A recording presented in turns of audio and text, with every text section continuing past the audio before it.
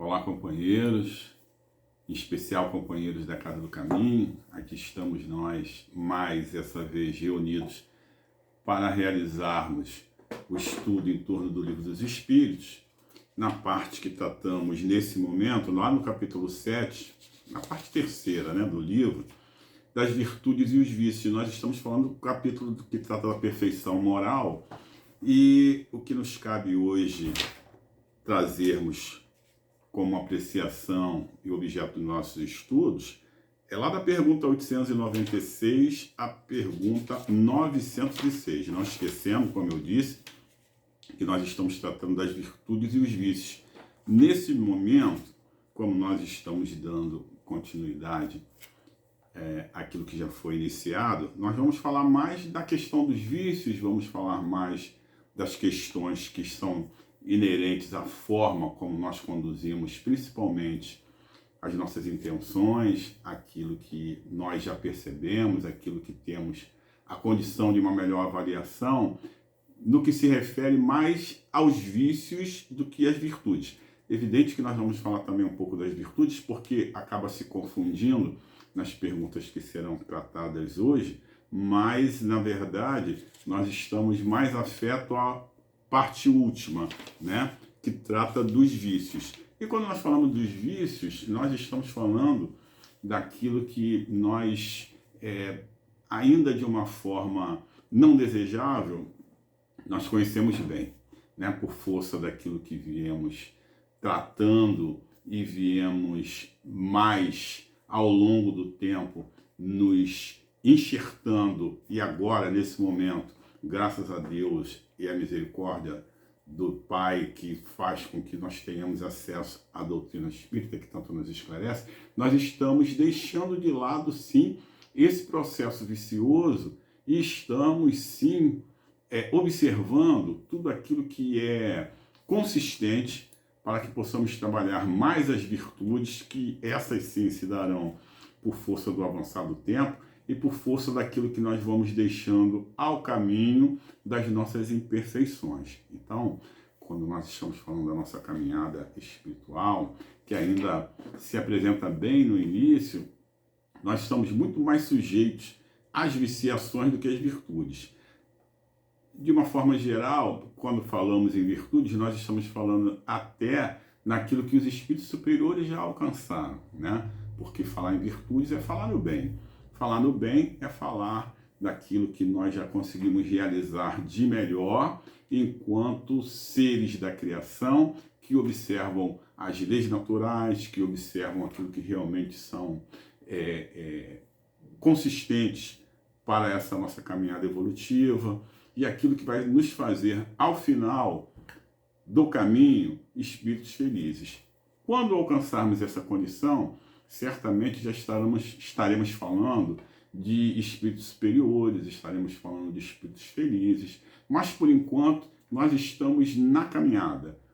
Por enquanto nós estamos falando ainda dessas viciações, para que seja muito necessário a gente principalmente se observar, principalmente se policiar e principalmente destacarmos, em conformidade com a doutrina espírita, aquilo que já podemos e devemos realizar.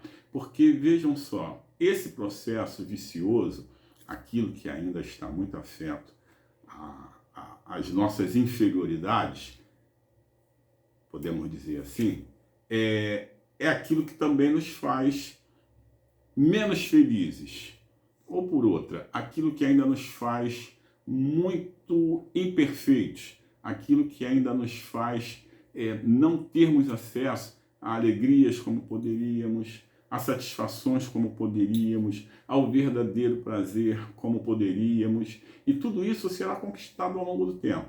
Tudo isso será objeto de nossas conquistas. Mas, por enquanto, nós estamos tratando do que é um fator relevante para essa observação, para esse conhecimento e para que a gente já possa implementar tudo que for de necessário para irmos deixando ao longo do caminho tudo que não nos faz melhores aos olhos das leis divinas, aos olhos de Deus, e por força disso tudo, aquilo que faz com que ainda tratemos da melhor maneira tudo que já poderíamos tratar. Mas vamos, feita essa introdução, vamos sem mais delongas, adentrarmos lá na pergunta 896, em que Kardec pergunta assim para os espíritos: há pessoas desinteressadas, mas sem discernimento, que prodigalizam seus haveres sem utilidade real, por lhes não saberem dar emprego criterioso?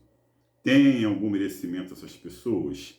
Então, aquilo que Kardec pergunta é aquelas pessoas, aqueles que, como nós, estão prodigalizando, trocando em miúdos, fazendo mau uso daquilo que já poderia ser feito de uma maneira melhor. Esse mau uso a gente pode tratar como desperdício, a gente pode tratar como um linguajar até mais populesco.